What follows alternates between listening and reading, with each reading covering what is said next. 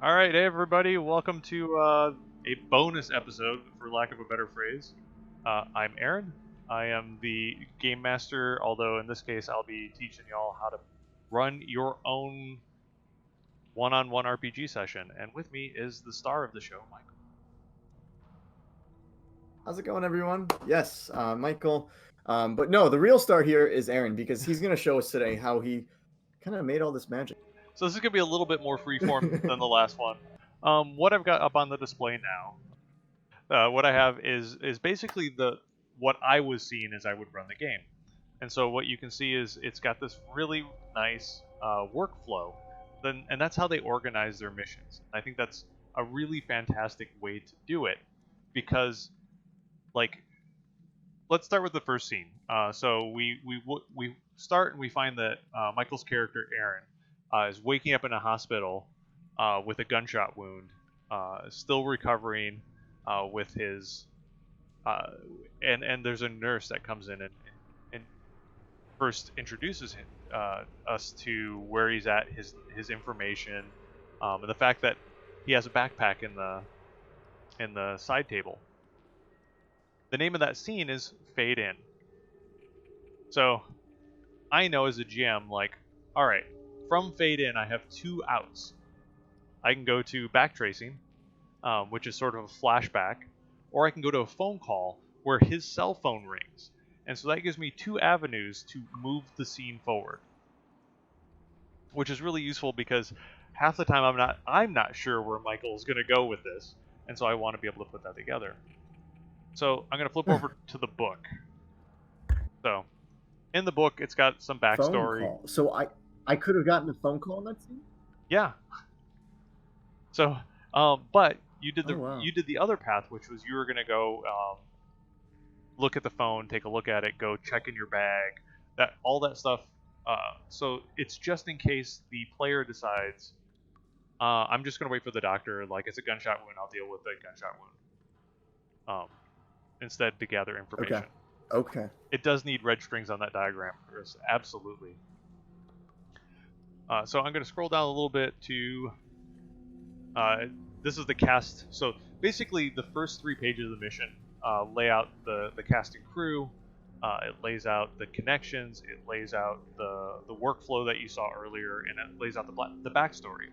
In this case, Aaron Khan used to work as a high-level thug for one of the vampires, and has broken free. So Fade In. So here's what I was seeing. It gives me a scene type. Scene types being like, are these major scenes or are these sub-scenes? And sub-scenes are ones that are you may not need to run, and we'll talk about that in a bit. And so if you had forensic pathology, but Leela Khan doesn't, you would be able to get other information. In this case, it called it out, it let me know, so it was really easy for me to go like, bolded, forensic pathology. Nope, doesn't have it. Alright, moving on. So the first thing it tells me to do is to give the player problem number 1, beaten up.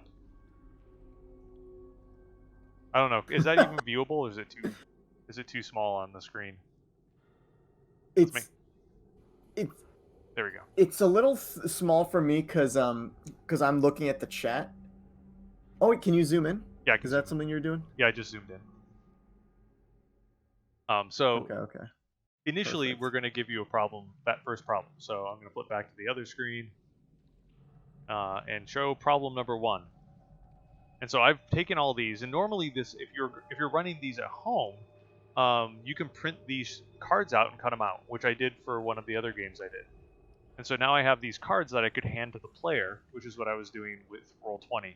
And so if you look down the right-hand side of my screen, there are a lot of problems. A lot of problems that Michael could have had, although it looks like I lost Michael. Oh, no, you moved again. I also have edges. These are the things that you can I'm here. do really well. And then contact. So I basically went through ahead of time, and Tom or Tess and Kieran Howe could attest to if he was joining us tonight. I spent about 5 hours building this Roll20 setup so that we could have a nice, smooth stream. and I think it went smoothly. Wow. Now, Yeah. of the 49 problems that I put I in, thought so. you encountered 5 of them. But I could never figure out what 5 you were going to go after. So, You said 49? 49 problems are available to me. Holy shit. That was what I was thinking when I was copying and What the pasting. hell? How do you Here's how do bleeding you out. even remember? Because they're labeled. So one of the really nice Oh my things. god, man. Let's make problem 20 go away. So problem 1, it specifically said in the book, give player problem number 1, and so I knew exactly which one to give you. So things that it told me that Okay. I needed to know for you was you would notice that your shirt has been recently resewn and it's missing some teeth. That the clothes are all new but scuffed, and that they're all in your size, even though the pockets are empty. You know that your phone is a burner Okay. phone because you have tradecraft. No numbers, no text messages. Right. The phone is locked. Hopefully you remember that you knew the code right away, so you were able to unlock it. And there is a single electronic note in there that allows me to give you the edge number 1, which is the church. So it just walked me through as a GM, like what I could tell you, what I couldn't tell you, and what cards they give you. Okay. And so like the book, there's 49 problems to give out. Does the book say like give you situations in which all 49 problems can be dished out? yes. Okay. So there's if Okay. you wanted to build your own, and it's Wow. actually building your own is pretty easy because there's some generic problems like, oh, you've been shot, right? Like a lot of them are beaten up, shot, bleeding out, roadkill. Those are pretty stock standard, and you'll have to create specific problems of like, oh, well, this one like contact. So let's say Nurse Halmy. Nurse Halmy's been captured. Let's say she's Right. become like that might be something very specific. Or what was the name of? Was it Emily? Was the name of the Shakespeare girl? Is that what I said? Shakespeare girl? Yeah, Emily. Well, Emily's been trapped by the bad guys. Like that could have been a problem that you had encountered if you had failed your attack on the sniper. But that's not a problem in the book. I would have to create that one. Oh. And so one of the things we talked about was pushes. So you start the game with 3 pushes. You're able to use pushes to use some of your investigative abilities, and one of them is bullshit detector. And so in this case, when you meet Helmy, she'll tell you her name. It's on her name tag too. And she's gonna guess that Dr. Vertag will check on your status, and also call the police. And if you do your bullshit detector, you confirm that the nurse is telling the truth. And so it basically tells me here that, hey, if you want to spend a push, you can determine if she's telling the truth or not. So super useful, super easy to scan through and go. It is a lot of prep, Farthy. But for the most part, like, thank goodness it's written for me, right? I didn't have to write this. But you could if you wanted. It's actually not too bad to build that workflow and build your scenes. At some point, if you're dawdling, basically it says I should just give you the problem a dark call, which is you start feeling this dark presence of the vampire looming over you, and so you already start the game. You've got a problem, and then you get an edge, and then you get another problem. Right. So here's Halmy. Okay. Yeah. I don't think I bullshit detected the nurse. Was it Nurse Helmy? Yeah. You had instead decided. I think I just believed her. Yeah, you believed her, but you and I didn't really push it either. That was the other bit. I did push it with the doctor. Right. Like that was one that you probably should know. So here's an example of a challenge.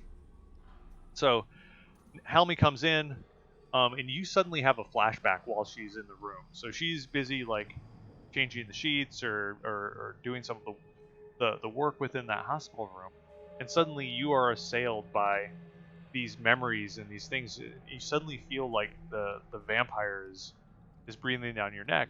And then at that point, I have you do a cool test.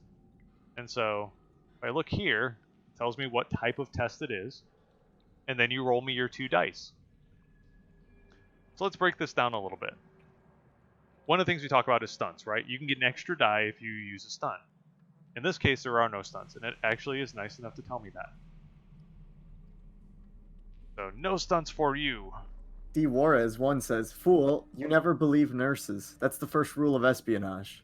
Well, And superhero movies." What's funny is Nurse Helmy can become a contact. So if you treat her well, and you did, right? Like you told her, Really? you never pointed the gun at her. You told her the truth the whole time. She thought you were a little crazy, but you spent pushes to persuade her. Mm-hmm. And so she believed you. Something didn't feel right about the doctor, and she believed you. So when the game is over, Nurse Helmy could have become a contact to have helped me later. Yes.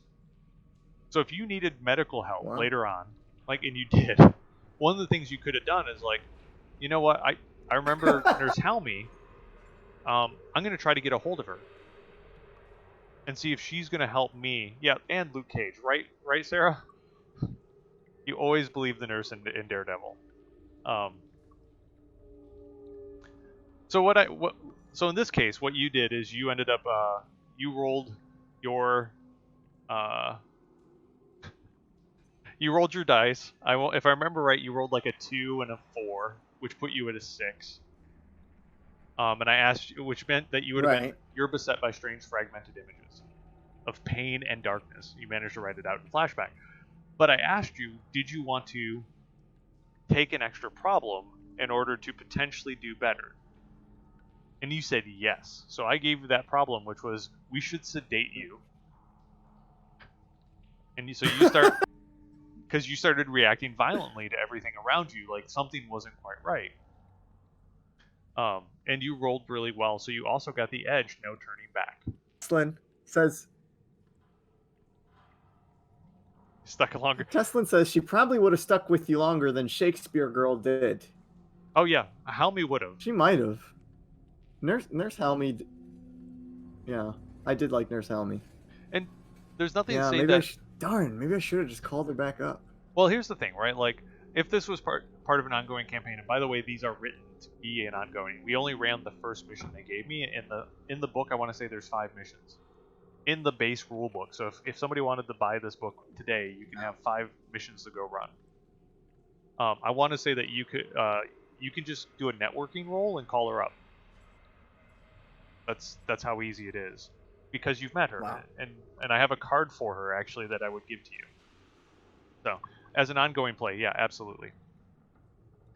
Now, so every one of the challenges has 2 thresholds. One is the bottom threshold, like you done screwed up, AA Ron, where you're going to gain an extra problem every time if you don't make that bottom line, you're gaining an extra problem. And then there's the middle one, which is the story progresses forward, but you don't gain an edge and you don't gain a problem. Just get the digits. It's not. I mean, Nurse Helmy's great. D. Juarez 1, he just gets the digits. Doesn't he have to spit game? Well, he does. Like he's a sexy MI6 agent. Yeah, Aaron Khan is very sexy and very charming. He's a man of few words, and actually no, he's not. I don't know. He talks enough. So, and it actually has here how you can recruit Helmy. And so you would be able to... Where? It was in my book. And so I'm listening for you to do certain things, and if you do, then I start. So you did a thing like a reassurance, and you tried to win her trust. So check mark number 1. You exposed the treachery of Dr. Verteg, check mark number 2. And then instead of protecting Helmy during the kill team, you ran off. Oh.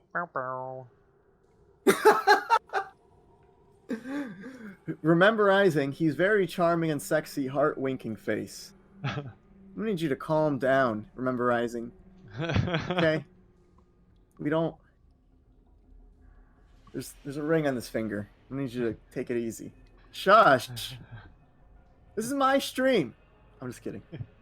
That's So- my wife, everyone. Give that ring twice. Yeah, okay. Yeah, she's calling me out. All right, we're going to keep moving on. I could have protected Helmy, but I ran off. Yeah. No! Well, you were. That's part of a I was role trying playing to game, right? protect her. Right? Like you kind of said, like, hey, Yeah. maybe if I get out of there, I'm not putting her at risk, or maybe if I get out of there quickly, like it's easier for me. Married, yes. Wholesome? Question mark. But yeah, so this is the basic of a flashback, or the basic of a challenge. So there's challenges and tests. Test is just a really simple pass-fail. Challenges are Right. ones that you can gain edge and you can gain problems. So let's scan down a little bit further. This is the phone call that you never got, which is somebody tells you that they're after you. That was just to get your butt moving, but we didn't have to do that. You're already moving along on the story already. Now backtracing is where. Would you guys have saved Nurse Helmy? I want to know what they would have done. I don't know what they would have done. Everyone's such a critic. What would you have done, huh? I probably would have actually brought her with, because I always She look belongs to the streets. No, Chris. You always bring with folks, and because you're always going to be a little bit more protected if you can get a night's sleep and not have to worry about staying up half the night with a watch, right? Like, get more people in your party is a very D&D thing to do. Always makes friends. Of course. You are acting crazy. You guys think you think that you would have made friends, but you know what? If you were there, you don't know what you would have done. He's so hurt. Listen. Dude, they're just trolling you, man. All right, whatever. We'll keep going. So, but we did get to the next scene, which was backtracing. So we could have either done the phone call or backtracing. And I can still also do the phone call after backtracing as well, because that's how the flowchart worked. Let's go back to the flowchart. Make the problem go away. I wish I could make my problems go away that easy. Shield Helmy. Holy shit. So here, off of fade in, use her as a shield. We can go to backtracing immediately, which is where we went, and then do the phone call, or backtracing and kill team, which I did backtracing and kill team.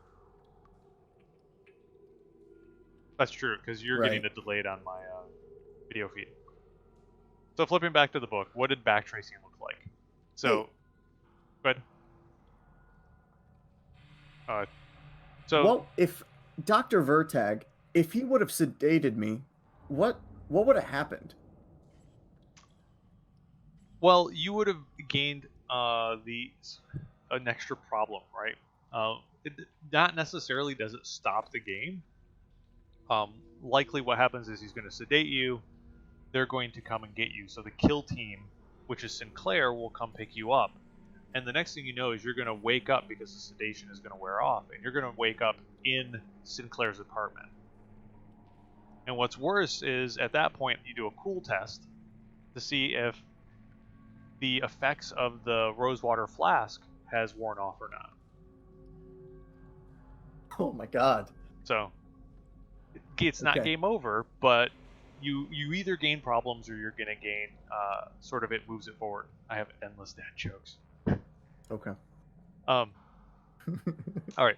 So Dr. Vertag, he was a bad guy. He actually was. He worked for the vampires, even though he doesn't know they're vampires. So people would bring him victims, and he would deal with the paperwork, or he would supply them with victims. Like, he was definitely not a good guy. And so he told them that the vampires that he had captured you, not really captured, but that you had been wounded and had gone to the hospital. And so at that point, like, he was like, well, I'll just keep you sedated until they come, but the sedation did wear off early. So he tries to, sweet talk you, which you see through because you bullshit detected. And then we did a sense trouble challenge. And since you were up and moving, because you were not, so if you were not up and moving, you'd been sedated, you would not have been able to use fighting. So one of your stunts you could use was fighting. In this case, you were able to use that to help you because you weren't sedated. Yeah, I was. Well, I was like up and I changed, or maybe I didn't change. I think I already changed at that point. I was up on my feet. Yep, you're already up on your feet. And so here's another challenge. This one's a much simpler challenge, where there is no extra problem. So kind of the other one didn't have any stunts. This one has no extra problems. And the stunts options were fighting or filch. And you chose the filch to take the... No, you chose fighting, didn't you? I think I did. What is filch again? Filch is filch like is to steal, just to take the pickpocket. Oh, I think I tried fighting him. Yeah. And so he tried to stab you. Or no, because I felt you snagged it out of his hand. I filched him because yeah. And so because and you plugged him full of his own sedative. So he lunges at you. You could have gained the problem slammed. You could have been sedated, or you get to have time for answers or a syringe full of propofol, based on how you did it. Honestly, I should have kept the syringe and just beat him up. Yeah, you could have. That would have been so useful later. Well, the big thing is the thing you would have gained there that you didn't get based on how you played it, was you didn't gain the information about where his office was. You didn't get the information of where your passports were. You didn't get the information where your gun was, and you had to then go find it, which meant going and addressing Ms. Helmy, convincing her even further. But that's when I had the car show up as well. That sort of gave you the impetus of like, I've got to get the flock out of Dodge. Was it when you were at his office? And so there's more tests, right? Like, and so the way they've organized She thought I was crazy. You did think you were a little bit crazy. It's organized by scenes, right? And it tells me the scene type. So this is a core. The kill team is a core team, a core scene. I can't go to the next section of the mission unless I go through my core scene. It tells me how I got here. So either through the phone call or through meeting with Dr. Vertag. And the way out is that cross-country escape where the vampire is on your tail. So those are your... That really helps you sort of plan out when you're telling the story as a GM. How did I get here? What's happening now? Where am I going next? Which is one of those key 3 things when you're running a game. And then within that scene, you can go like, okay, getting out of the hospital. D-War is 1. Was she wrong though? No, she was not wrong. Was she wrong though? Definitely seems crazy to me. Yeah. Well, if you had been crazy, if you had been shot and you couldn't remember your past, and somebody comes at you with a needle, yeah, you're probably not going to react real well. I felt like a cat, like at the vet. Like, what's going on? So, what we've got here is another. So within the kill team, like you can try to get out of the hospital. Like, if you said, "Hey, I'm trying to get out of here," then it's an evasion roll. Roll down. If I decide to fight the goon at the back door, that's a fighting roll. And that really cool artwork is part of the story, so it's always fun to tell these because I get to look at the artwork. I did put some of the artwork in for Michael to see. So here's an example of one where I have both an extra problem. So you can take the extra problem bruise to get an extra die. Or you can do a stunt of athletics, mechanics, or infiltration to get an extra die. So, lots of options. It makes it really easy to run. If you wanted to steal a car, this is the steal car test. So, again, like these are things that Aaron ended up doing. Wow. First, he escaped out the back. Then he dealt with a thug, and he stole a car. All ready for you to run, all ready for you to go. Yeah, I did just that.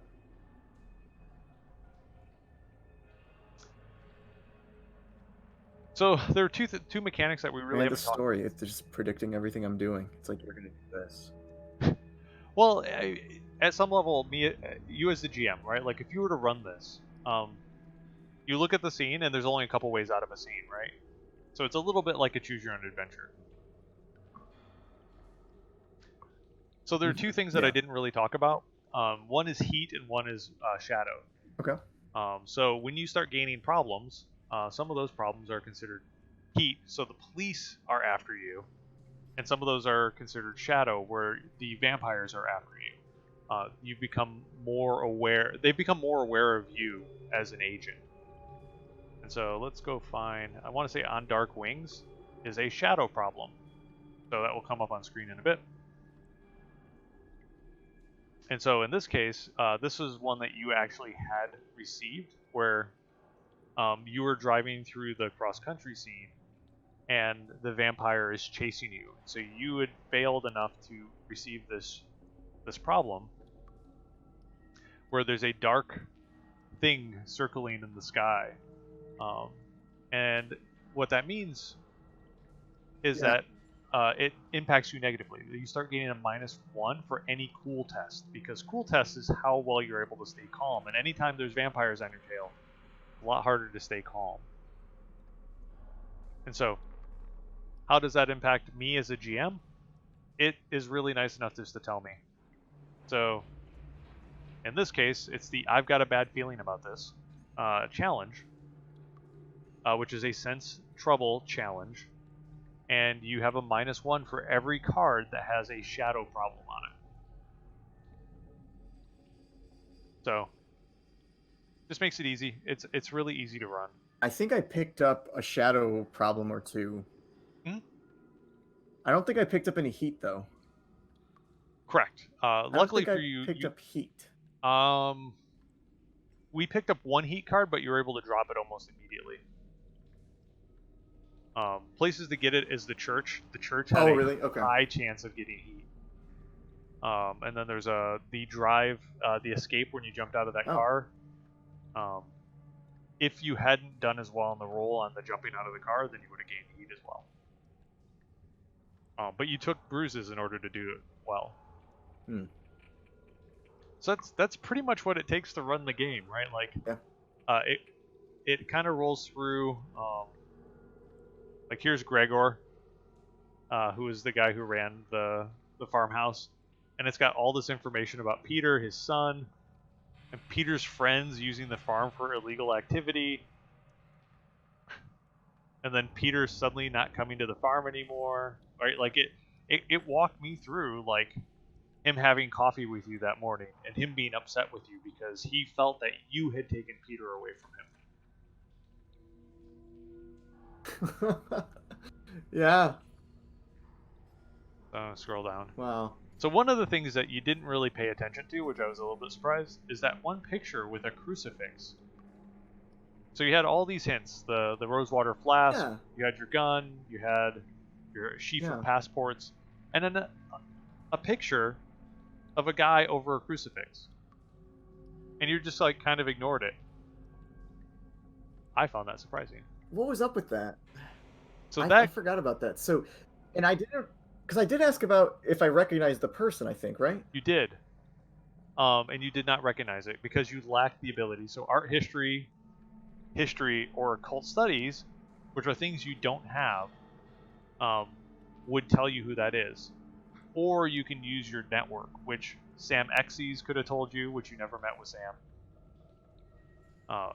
So there's a lot of like other additional information that just didn't come up in the mission, and it was fine, right? Like, what you missed out on is the crucifix. What would I have learned about the crucifix? Is a permanent fix to your problem. Yeah. The crucifix helps your mind resist the vampire influence. Okay. Huh. And so that's one of the permanent fixes. So the story has a bunch of temporary fixes, which are the rosewater flask. And then there's a bunch of permanent fixes, which are only one permanent fix, which is the crucifix. Totally missed out on it. Huh. Shit, I didn't. Okay. Yeah, I think I remember. I shelved that idea in my mind, and I was like, because I don't know what else to do with it at this point. But I wonder, maybe if I called Nurse Halmy, she would have had an answer for me. She probably wouldn't have, but Sam Xyz would have. Yeah, poor nurse. She might be dead at that point. So at some point you decide like it's time to leave the safe house. You're gonna head towards Budapest. And then one of the things I asked you was like, all right, well, how do you want to approach it? And you said, you know, you want to approach with caution, so that meant surveillance. So another challenge. This is Sam Xyz. If you had wanted to contact him, like, it's a big scene, but it's an alternate scene. So one of the things to call out is this is an alternate scene. So you don't necessarily have to do this in order to finish the mission. It does provide help, though. Sam is a gambling drunk. This is the Sam Xyz one? Yeah. He's a gambling drunk that really is attracted to Khan, and so is a bit of a flirt. And then you can gain him as a contact. He's able to help you out. Shakespeare Girl was also a flirt, but not a contact. Occult knowledge, art history, she might have known. That is a good call. Do you guys ship Sam Xyz and Aaron, or Shakespeare Girl and Aaron? I think that, well... Or Nurse Halmy and Aaron. I don't know. Always love options. The other bit is you could eventually... he would put you in contact with Dr. Gilman. Dr. Gilman would be able to tell you more about the crucifix. So there's a whole like side story around the crucifix, only really easily accessible through Sam Xyz. So we're gonna. That's why I didn't really come up again. Okay. How to save Dr. Hollier, who died to save you, being shot in the van. But it talks about how you could have kept him alive. Yeah. One would have been done that? Leave him behind. What did I do? But then he would have had to face Javitso. Like,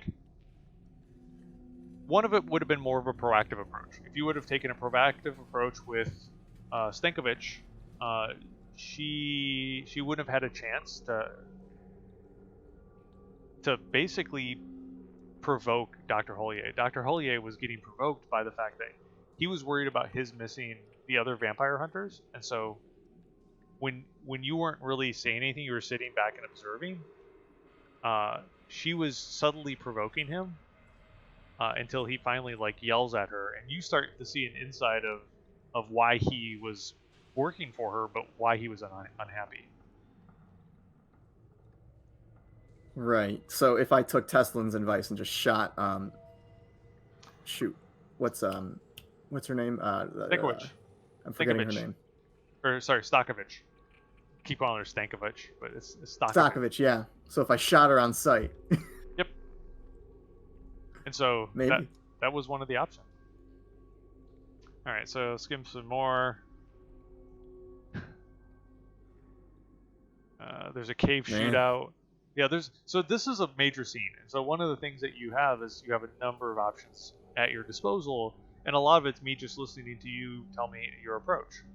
And so if you had a shootout in the church, one of the bad problems is that you're going to gain heat, because nobody has a shootout in a church without having the police come after you. Yeah.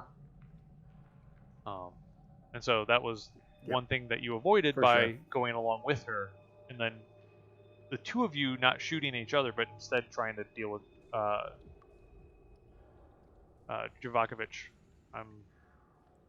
Jovitso. Jovitso. It did start out as Shadowrun. Sorry, Daniel. And so this is where you did a bullshit detector on Twitch Stankovic. Tricked me. I thought this was Shadowrun. This is Minecraft. Welcome. So there is a bullshit detector. Stankovic really wants you to believe that she might be lying to herself. So there's a lot of denial. That's what you were able to detect when you used it. And while what she believed was that while you can't be free, you can in fact change masters. So while Javitso is a monstrous brute, you could join Carlisle, who's a far more powerful and noble vampire. And that was her sort of underlying reason to try to recruit you. There is the other option. Okay. You To could switch have masters. You could have gone with her. Right? Like that was totally something you could have done. What would happen if I did that? Well, Javitso would have been pissed, and he would have attacked the aircraft that you and Stakovich were on. Which initiates the endgame scene. So there's basically a number of ways to get to the endgame scene, just like any good choose-your-own adventure. One of them is like getting drugged in the beginning. That takes you straight to Sinclair's apartment. These are ways to sort of skip big chunks of story. So there's the van crash. Can you imagine if I was just like, yeah, you're right, Stakovich. You're right. Yeah, Javitso is a monster. I bet your Carlisle's much nicer. Alright, so there's Sinclair. Get back up to him. He is also MI6, but not nearly as smart or resourceful as Aaron is. So you are always the prize of Javitso. Sinclair was more, he could get the job done, but he was not nearly as useful to him as you were. So that was the main reason why he was always trying to get you back. Okay. Nice things that they put in here for me as a GM is playing Sinclair. It tells me a lot about his background story and how he acts and why he does what he does. And so it sort of like actor's notes. So super useful. Yeah, that's definitely a need to know. Sharing freedom. If Khan has Edge 6, the Rosewater Flask, and forces Sinclair to drink the elixir, it temporarily blocks Javitso's control. Oh, yeah. And Sinclair vomits blood and collapses. There you go. Okay. Well, yeah, that's what I wanted. And he basically kicks you out and tells you. Is there anything else I could have done? Like, could I just killed Sinclair? You could have left him behind. You could have incapacitated him. You could have killed him. You could have gone in while Sinclair wasn't there as well. That was another option. So there was like 3 or 4 different options. Oh. Right. Okay. Yeah. So Daniel, this is Knight's Black Agent, which is the basic premise behind the overall game, and not the one-to-one, is where there's a underground vampire conspiracy. And that occasionally these spies will come across it, and so you play a spy who's likely been burned because the vampire conspiracy is very powerful, and how you have to go about solving the problem or basically taking down these vampire conspiracies. In the one-to-one version, which is really just the GM and the player. It's the same basic premise, but instead of the conspiracy, it's generally laid out like a workflow. It's really the only difference. Oh yeah, so there's 3 ways to end the conversation. It actually tells me. So when you say like, well, how does this end? 1, you give him the flask, or make him drink it. 2, which is the most likely one, is you shoot him, or he shoots you as you run away. Or 3, that you, through good role-playing, good interpersonal pushes, that you're able to convince Sinclair just to let you go, and that Javitso can deal with you. So those are really the 3 options, because you and Sinclair were friends. Alright. Right. Part we did miss was there were clues in the apartment that Sinclair was in that would point to the friar, who's the one that stole the crucifix for Rostami. So there's all sorts of background threads that give me the ability to know what's going on and sort of pull you through the story. So safe house, more safe house. Huh. There's Rostami, and it walks Franco through. 83. You mean you can run a spy game set post World War II Italy, stopping a ring of communist vampires? Yes. Yes, you can. Yeah. And I like, and if you like D6s, and I know you do because you play Shadowrun, this is a D6 system as well. So you're just not gonna roll 30 dice, so there's no soak. Instead, you're rolling between 1 and 4 D6. All right, so I'm gonna scan through this because, for the most part, it's basically the same structure over and over again. There's challenges, there's tests, and there's scenes. And Right. so, really, it's just moving through there. The We Could Have Been Sisters is actually the fight with Stokovich if you actually had decided to get into a fight with her at the airport, which is an option. There's I have a picture of Javitso on the front of an airplane, basically stopping you from escaping, which is super fun. I could wait. Chavitso would have ran away, and I could have caught him in an airplane. This is you if you would have went with Stokovich, which she was taking you to an airplane to fly you to London. Javitso would have grabbed the aircraft while it was in the air and punched his way into the aircraft. What? Because he's kind of pissed. That is ridiculous. Yeah. Alright. Look at him. So, and then it tells you how it ends. So, based on the problems that you have. So, if you gained enough injury cards, you die. Like, if you lose to Javitso, you die. If you join Stokovich, or let's say you let Stokovich live and Sinclair live, they live on as future problems, which I didn't give them to you because this was a one-shot. But you would have gained the Stokovich survived problem number 48, which carries over to the next adventure. It's a continuity problem. Okay. So pretty interesting way to have these cards, and these cards stick with your character and carry forward.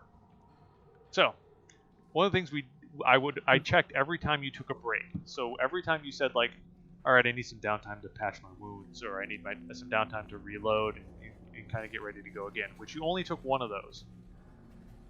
What I would do is I would check what was your heat, what was your shadow score, what problems did you have, and where were you at. And this is blowback. So anytime you take a break, something bad is going to happen. So you're able to take care of wounds, you're able to reload, like things get better, you get dice back that you would spend.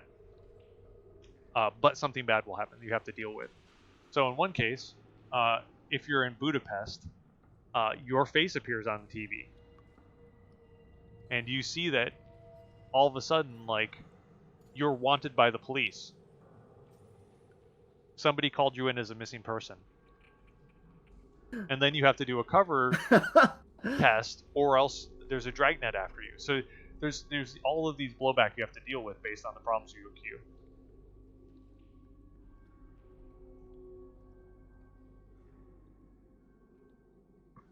Yep, Daniel, that's pretty much what it is. With 1-to-1, it's always going to be 2d6. It's the way they built it. So you roll 2d6, you add the numbers together. If it meets that's pretty crazy. The targets, then it goes up. You succeed. If you get below the target, you gain problems. And here are all my problems cards, and I have a lot of them.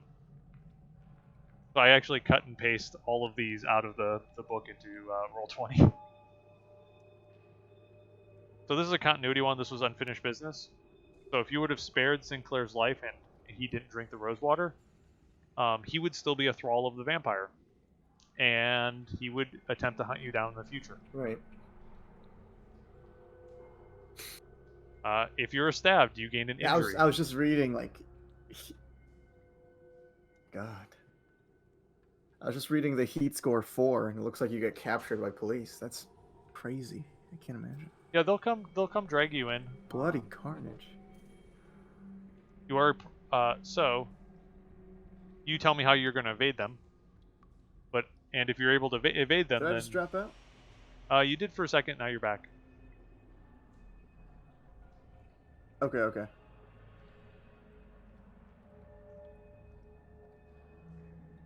So no matter what, your life gets worse and worse, is what Sarah asked. Absolutely. Master of Rem, so no matter what.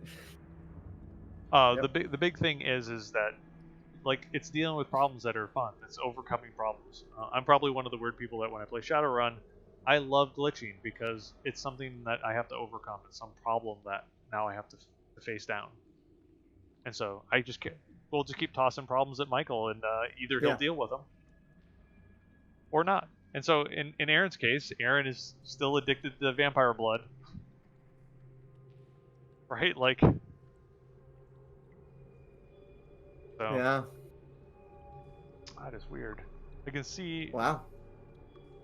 light from the outside. It's really bright out there. All right, so I think that pretty much covers how to run the game. You just roll some d6s. You That's have awesome. challenges, and then there's the next mission, which was no grave for traitors. Now, I like the one-on-one games. I think they're really intense. I think they tell a really interesting story, and as a player, the focus is on you all the time, which can be exhausting. Yeah. But the level of storytelling, I think, goes a little bit deeper. No, I agree. It's it makes the decision making very real. It makes problem solving very intense because, I mean, like, I wasn't solving like a Rubik's cube, but I had issues of like, do I run? Do I hide? And I try not to take my time with these decisions because I want to envision myself in the scenario as it is right there, as if it was happening. So, I try to make those snappy decisions, and a lot of the time I didn't make the right decision, or maybe I did, but no, I think you made a it makes it decision really fun that would to Aaron make those would make, mistakes. right? Like that was the big thing there. Aaron was going to make that decision, and it worked. And it worked out because you fought through the problems that came up afterwards. So this is the Gumshoe 1-to-1 is the rule set. There's Night's Black Agent solo ops if you like vampires. If you like Cthulhu, Call of Cthulhu, they have Cthulhu Confidential, which is basically if you've ever played the video game LA Noire, it's LA Noire but with Cthulhu. Yeah. Which is kind of badass. I've played that one too. It is cool. But then you get the speakeasy, like, oh, I think that would be super fun to play again. I have played that once. Sarah would like to see another adventure streamed. I'm going to keep bugging Michael to run one of these. And to grab maybe Chris or grab Brianna. Yeah. So yeah, that'd be interesting. I've only run a few games a number of times, but I always really admire when I see someone who's doing a really good job DMing. It's like, oh man, like that looks like a lot of fun, This one was so earlier. Farthy had said like this looks like a lot of prep. Now the prep I did was basically to make it look pretty, which was to cut out all the cards and put them on screen. But every Monday when we were going to like, hey, sit down and play a game, all I did was scan like a couple scenes, saw what challenges I had, saw what things I could share, and I was ready to go. I didn't have to do like a huge amount of prep work just to play games with you. It was easy. Yeah. It was fun. So well, thanks for at least I really appreciate you prepping it and doing all of it for me and for the channel. I had a ton of fun. I was glad that you were able to do it. I knew I tossed it out to three of you and was like, all right, which one's gonna take it? I had a lot of fun. I think this is just a great system. Yeah. Is there any questions from the chat? Yeah, no, absolutely. Yeah, do you guys have any questions? Let's see, any roasts and any ships, any criticisms? Bring them on. Let's see what you guys have. And I'm serious. The darkness looks back with soy face. So my with the sun coming through, it throws the light off on my green screen, so I can see my Venetian blinds.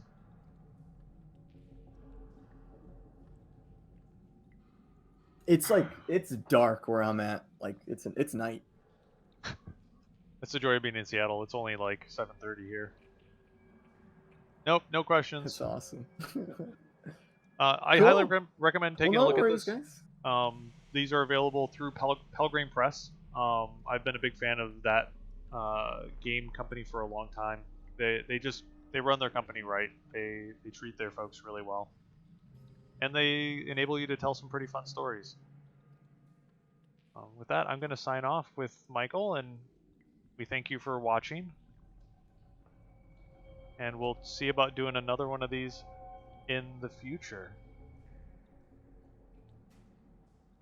Can we add Pelgrane to our Wii support page? Thank you for tuning in and being a great support, guys.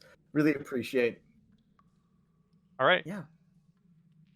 Farewell, and have it really has been awesome. Thank you, everyone. Thank you. All right, now I got to hit the end stream.